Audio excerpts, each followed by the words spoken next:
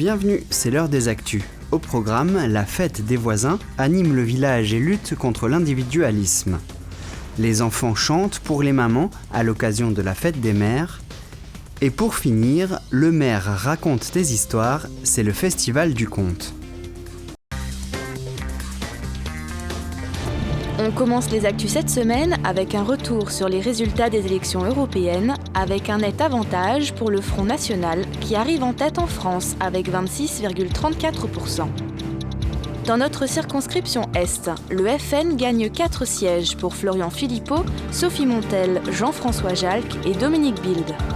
L'UMP gagne 3 sièges pour Nadine Morano, Arnaud Danjean et Anne Sander. Édouard Martin, quant à lui, siège seul pour le PS-PRG et Nathalie Grisbeck siège à son tour pour l'UDI Modem.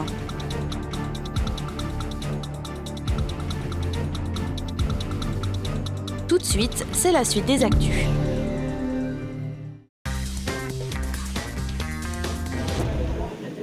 Midi sonne ce 24 mai et les paniers repas affluent à la nouvelle mairie. Les convives, ce sont tous les riverains, car c'est la fête des voisins à Névillers. Le projet est porté par le comité d'animation de la nouvelle équipe municipale. Avec le groupe qui s'est constitué pour les élections déjà à Névillers, les 3 élus, on avait une volonté de redynamiser un peu le village. Partant de là, avec les parents d'élèves et des gens qu'on croise régulièrement dans le village qui avaient cette même volonté, on s'est dit il est temps d'acter les choses et de mettre les choses en place. Et la première fête qui nous semblait la plus logique, c'était la fête des voisins parce que c'était quelque chose de facile à organiser, qui pouvait être fait rapidement. On s'est dit qu'il fallait qu'on fasse une petite manifestation qui permette aux gens de se trouver. Je dis même pas de se retrouver, c'est vraiment de se trouver, quoi. L'idée, c'est vraiment l'échange. L'échange, effectivement, c'est que chacun ramène quelque chose et qu'on partage ce repas ensemble, autour de l'échange. Les uns ont préparé leur meilleure salade, les autres ont testé de nouvelles recettes.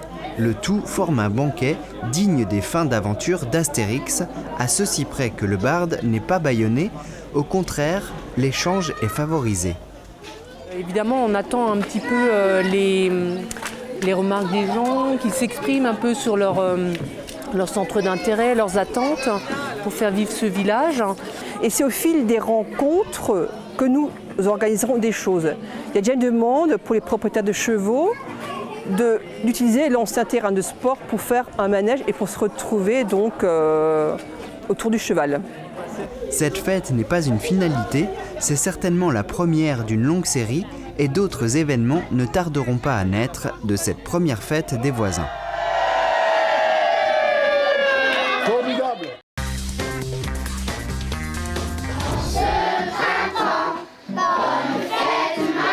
C'est quelque peu tendu que les enfants de l'école de Dambar sont venus pousser la chansonnette. Mais pas pour n'importe qui, et oui, pour leur maman. Des chansons et des poèmes, un florilège de mots doux pour exprimer leur amour à celle qui les couvre de bisous et d'attention au quotidien. Bonne fête, maman. Bonne fête. Un pétale pour ma maman qui m'endort le versant. C'est la fête de mon amour, je veux la garder toujours.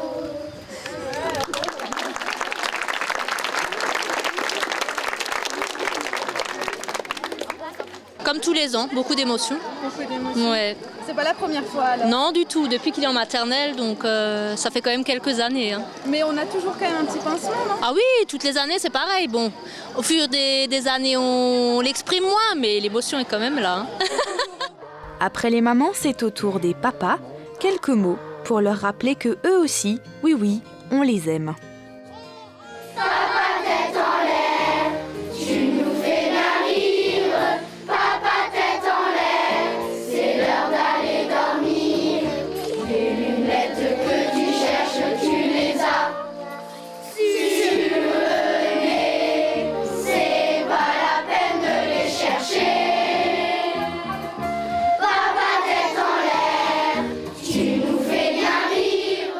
Mais très vite, on revient aux mamans. C'est l'heure d'aller dormir. Un collier, une rose, un poème, voilà. Ah ouais, on est gâtés. Exactement. Papa, rien pour l'instant. Ah, papa, rien pour le moment. C'est pas encore sa fête, donc c'est le mois prochain seulement. Beaucoup d'émotions, ils étaient de tout cœur avec les mamans et vraiment ils ont chanté pour les mamans. Et pour les papas, non? Bah si, pour les papas aussi, c'est vrai. C'est surtout la fête des mamans ce week-end, donc c'était essentiellement pour les mamans quand même. Et donc pas de rose pour l'instant? Pas de rose par l'instant pour les papas, mais bon, il y aura peut-être quelque chose quand même. On espère. On espère. Les mots d'amour se terminent par la traditionnelle rose offerte par les bambins à leur maman, un moment émouvant pour certaines qui ont bien du mal à cacher la petite larme au coin de l'œil.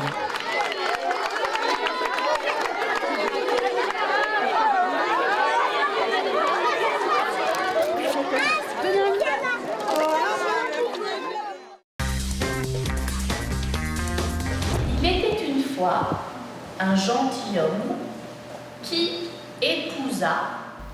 Il était une première fois le festival franco-allemand de contes. Créé à Berlin par le Marenland il y a 25 ans, l'idée arrive pour la première fois de l'autre côté du Rhin, dans de nombreuses communes, pour fêter les 50 ans du traité de l'Élysée. Confortablement installés, les enfants sont à l'écoute de cette version de Cendrillon, quand soudain la magie opère. Sa marraine a creusé la citrouille, elle a découpé un petit peu et elle a juste gardé l'écorce, la peau. Alors une citrouille c'est beaucoup plus grand. C'est gros comme ça. Ouais, encore plus gros si vous voulez, voilà, en tout cas c'est un légume. Par exemple, ce conte qu'on a entendu, Aschenputtel ou bien la Cendrillon, ça a été écrit par les frères Grimm et aussi par Charles Perrault.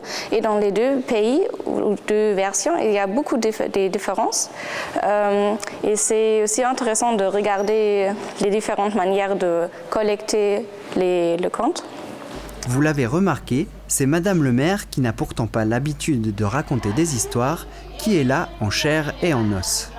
Nous proposons aux personnalités de prendre leur temps pour raconter et lire aux élèves et leur donner des questions, leur donner la possibilité de poser des questions sur leur métier et oui, l'idée derrière, c'est de mettre les enfants en contact avec des personnes qui ne les rencontrent pas dans leur quotidien. Qui a une question? Je suis aussi chargée de la police. Souvent, ils parlent aussi, les personnalités parlent aussi sur comment les contes peuvent diriger ou bien influencer ou transmettre des valeurs qui ont été importantes pour eux. Cendrillon, qui avait très bon cœur, leur demanda de se relever et leur dit, en les embrassant, qu'elle leur pardonnait de bon cœur et qu'elle les priait de l'aimer toujours bien. Après l'école du Petit Pont, ce sont les enfants de l'école du Montrouge l'après-midi qui ont eu le droit à une histoire, les emportant pour un temps au pays des rêves.